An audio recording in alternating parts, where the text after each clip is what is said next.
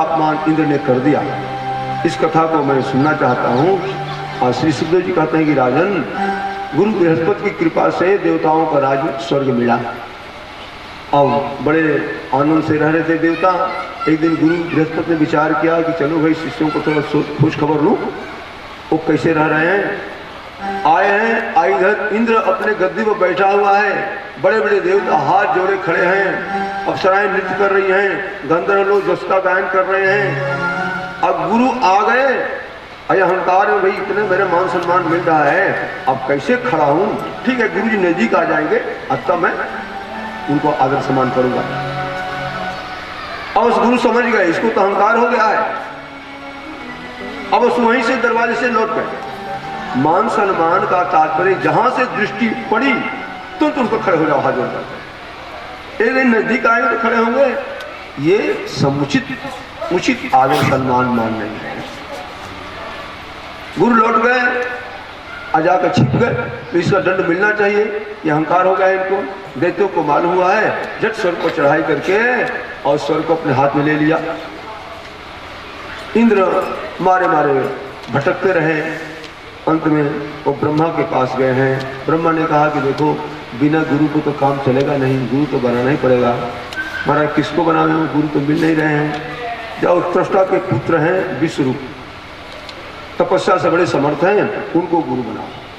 और देवता विश्वरूप के पास गए हैं, हाथ जोड़कर प्रणाम किए हैं, महाराज हम लोग कल्याण के लिए आप हमारे गुरु बन जाओ। और विश्वरूप भी दूसरे के भलाई के लिए, कल्याण के लिए वो गुरु बन गए हैं। नारायण मंत्र से उनको अभिमंत्रित, नारायण को से उनको सुरक्षित किया है और अपनी शक्ति दिया है तपस्या की, इसे देवताओं का खोया हुआ राज्य प्राप्त हुआ, पुनः स्वर्ग का अधिकार कर लिया। अब विश्वरूप इनकी मां दैत्यवंश की थी। अब विश्वरूप का अर्थ क्या है? विश्व माने संसार और रूप माने विष्णु है। ठीक है, आप गुरु बने हो, अपने जजमान का कल्याण करो, लेकिन आपकी कृपा दृष्टि हम लोग को भी पढ़नी चाहिए। हम आपकी कृपा से वंचित क्यों रहे? हम पराये थोड़े हैं। वो तो पहले से अभेद दृष्टि थे, किसी भेदभाव करने वाले नहीं थे। और जब दैत्यों ने प्रार्थना किया तो जो इंद्राय स्वाहा, इंद्र के नाम से स्वाहा करते थे, अब राक्षसों के नाम से भी वो स्वाहा करने लगे जग में। उनका भी उन कृपा दृष्टि हो गई। इंद्र को जब मालूम हुआ, अरे हमारे गुरु बने हैं, और शासन को संतान सुख का आशीर्वाद मिला है। और चौथा, जल ने ब्रह्म हत्या को ले लिया।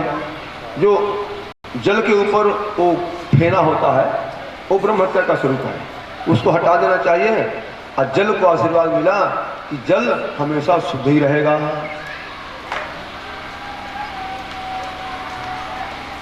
अब त्वष्टा ऋषि को मालूम हुआ कि इंद्र ने मेरे बेटे की हत्या कर दिया। गुरु बनाना हुआ तो हाथ जोड़ करके पांव पकड़ के गुरु बनाया, और थोड़ी सी गलती पर मेरे बेटे को हत्या कर दिया। मैं ऐसा बेटा उत्पन्न करूंगा कि इंद्र को मार डालेगा। और क्रोध में भर करके वो दक्षिणाग्नि में आहुति डाले। एक तो जल्दीबाजी थी, दूसरे क्रोध में थे, जल्दीबाजी थी, इसलिए मंत्र अशुद्ध हो गया। मंत्र अशुद्ध हो गया, इसलिए अब मंत्र का फल भी उल्टा मिल गया, परिणाम उल्टा हो गया। ये तो चाहते थे कि इंद्र को मारने वाला पुत्र हो, लेकिन मंत्र अशुद्ध हो गया, जल्दी जल्दी में दृढ़ का लोप हो गया। और उस मंत्र का अर्थ हो गया कि इंद्र से मरने वाला पुत्र पैदा हो। पुत्र तो हुआ, बड़ा विशाल काय अग्निकुंड से एक पुरुष निकला, जिसका जो सर है वो आकाश को छू रहा था, अब भुजाएं दिशा में फैली हुई थी। वाल्मीकि रामायण में है कि ये जो इसका नाम वृत्तासुर हुआ है, ये 300 योजन ऊंचा था और 100 योजन चौड़ा था। वाल्मीकि रामायण का शब्द है। मैंने वृत्तासुर का अर्थ है बाह्य वृत्ति, बाह्य वृत्ति का अंत नहीं है। और वृत्तासुर राक्षसों की सेना तैयार करके देवताओं पर चढ़ाई कर दिया है, और देवताओं को स्वर्ग छोड़ना पड़ा। अब पुनः दुखी होने लगे, भटकने लगे, दर रहने खाने के लिए भटकने लगे। ब्रह्मा के पास गए। ब्रह्मा ने कहा कि अब मेरे बस का नहीं है, तुमने बार बार गलती करते हो, अब भगवान नारायण के पास जाओ। देवता लोग भगवान नारायण के पास गए हैं और भगवान नारायण से प्रार्थना की। भगवान ने कहा देखो हमारे शरण में आए हो, और मैं प्रत्यक्ष तो तुम लोगों से तुम लोगों की तरफ से युद्ध नहीं कर सकता हूँ, लेकिन तुम लोगों की परोक्ष रूप से सहायता करूँगा। पहले तो जाओ तुम वो दधीची ऋषि की हड्डी मांगो और उसका अस्त्र बनाओ, उस अस्त्र में मैं अपनी शक्ति दूंगा और तुम अपना खोया हुआ राज्य प्राप्त कर लोगे। देवता दधीची के पास गए हैं हड्डी मांगने के लिए। हड्डी कब मिलेगी? हड्डी जीते जीते मिलेगी नहीं, मरने के बाद हड्डी मिलती है। दधीची जी कहते हैं कि हे देवताओं, तुम लोग को विचार नहीं है, हड्डी मांग रहे हो, हड्डी कब मिलेगी? अरे जीते जी हड्डी मिल नहीं सकती है। देवताओं ने कहा महाराज, मांगने वाला इतना स्वार्थी होता है कि अगर वो विचार करना तो मांग ही नहीं पाएगा, वो तो स्वार्थ से भरा हुआ है। महाराज तो ऋषि मुनि हैं, परमार्थ के लिए आप सब कुछ कर सकते हैं। और धन्य है दधीची जो दूसरे के हित के लिए अपने शरीर की हड्डी तक दे दी।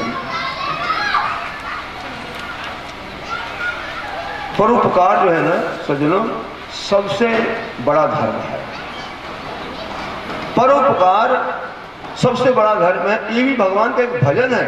भजन ये नहीं समझे कि माला हाथ में लेंगे तो भगवान की आरती उतारेंगे, यही भजन है।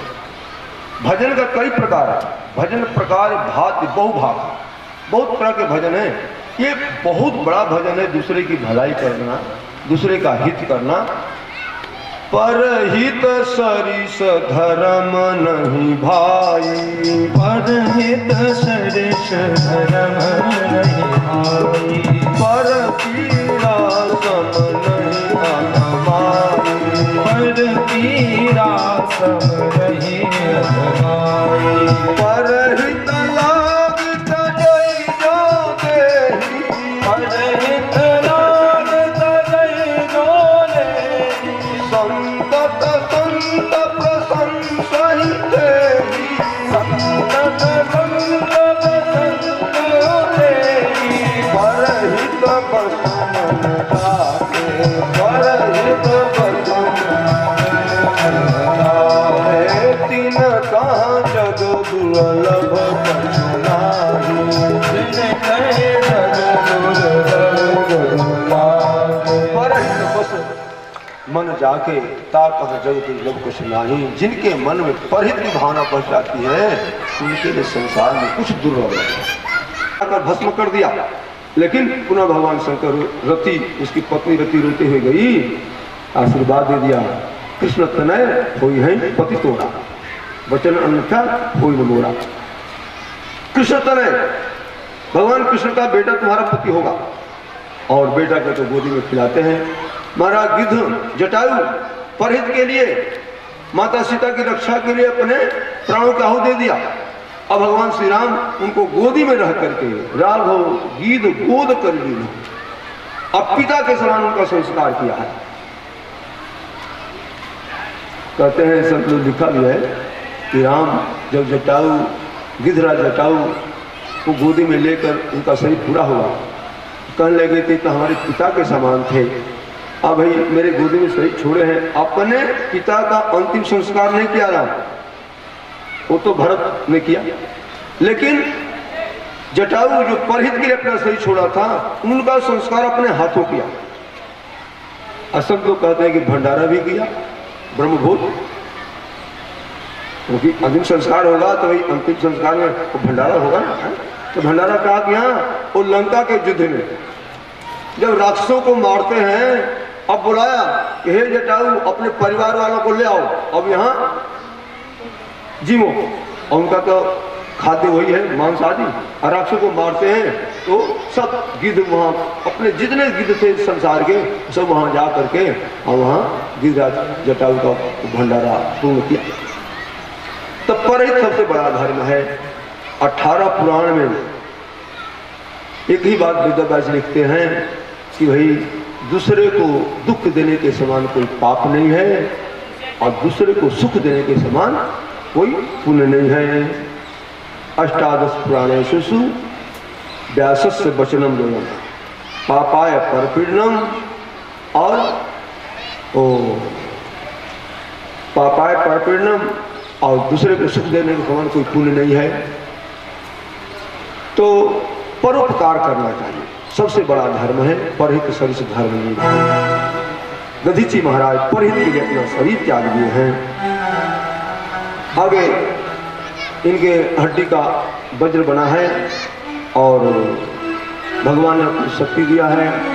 भगवान देवता भगवान की शक्ति पा करके वृत्तासुर पर चढ़ाई कर दिए हैं। वृत्तासुर भी अपनी सेना लेकर के युद्ध के मैदान में आ जाता है।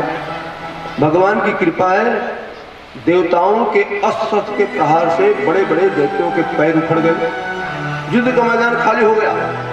कितना भी वृत्तासुर बुला रहा है लेकिन कोई युद्ध के में टिक नहीं पाया। अकेला वृत्तासुर रह गया है। समझ गया कि भगवान की कृपा हुई है इंद्र पर, देवताओं पर, अब मेरी हार होगी। युद्ध के मैदान में भगवान से प्रार्थना कर रहा है। 4 श्लोक में प्रार्थना है, बड़ी महत्वपूर्ण है। महाप्रभु वल्लभाचार्य का सिद्धांत इन 4 श्लोकों पर है। पुष्टि मार्ग है उनका। इन 4 श्लोकों पर ही उन्होंने अपने सिद्धांत खड़ा कर दिया। केवल पढ़ के आप संक्षेप में इसका श्रवण कर लेंगे समय के अनुसार। अहम हरे तव पादैकमूल दासानुदासो भवितासु भूयः मन अस्मरेता सुपतिर्गुणास्ते गृणीत्वा कर्म करोतु कायः। एक प्रथम श्लोक है। प्रथम निवेदन करता है कि हे प्रभु, मैं आपका दास तो नहीं हो सकता हूँ। ये शरणागति है, इसमें भगवान की शरणागति ग्रहण करता है। आपका मैं तमोगुणी शरीर है, राक्षस कुल में पैदा हुआ हूँ, मैं आपका भक्त तो नहीं बन सकता हूँ। लेकिन इतनी कृपा करो आप कि आप अपने भक्तों का हमको भक्त बना लो। आपके भक्तों का भक्त बन जाऊंगा, बस मेरा कल्याण हो जाएगा। और दूसरे श्लोक में प्रार्थना करता है वैराग्य। हमको प्रभु कुछ नहीं चाहिए, न नाकपृष्टम न च पारमेष्टम न सार्वभौमम न रसाधिपत्यम न योग सिद्धिर पुनर्भवम वा समंजस्त्वा विरह्य कांक्षे। प्रभु हमको कुछ नहीं चाहिए, स्वर्ग का राज नहीं चाहिए, चक्रवर्ती सम्राट का हमको राज नहीं चाहिए, हमको योगियों की बड़ी बड़ी सिद्धियां नहीं चाहिए। क्या चाहिए? बेटी गई तो कितना रोती है, कितना याद करती है। ऐसा भगवान के लिए होगा? जिस दिन भगवान के लिए ऐसा हो जाएगा, हम पक्के भगत बन गए। धर्मात्मा कौन है? भक्त कौन है? जो भगवान के लिए विरह जिसके जीवन में आ गया, वो पक्का भगत बन गया। और तीसरे श्लोक में भजन की रीति बताता है। जैसे पतिव्रता स्त्री अपने पति को याद करती रहती है, उसी तरह से प्रभु मैं आपको याद करूं। पतिव्रता स्त्री निषेध नहीं है, साधन पहले माला फेरनी चाहिए, लेकिन पतिव्रता स्त्री क्या पति को याद करने के लिए माला हाथ में लेती है? पति प्रदेश गया है, बहुत दिन हो गया, वो तो हमेशा उसके आंखों के सामने पति रहता है। कब आएंगे, कैसा का चिंतन करें। ये सबसे उत्तम भक्ति है सज्जनों। जैसे पंख निकला हुआ पक्षी है, अपने माता पिता को याद करता है, उस तरह से भगवान को याद करें हैं। तो एक भक्त हुए रसखान जी, रसखान ने लिखा है, रसखान गोविंद यूं भजिए जैसे ना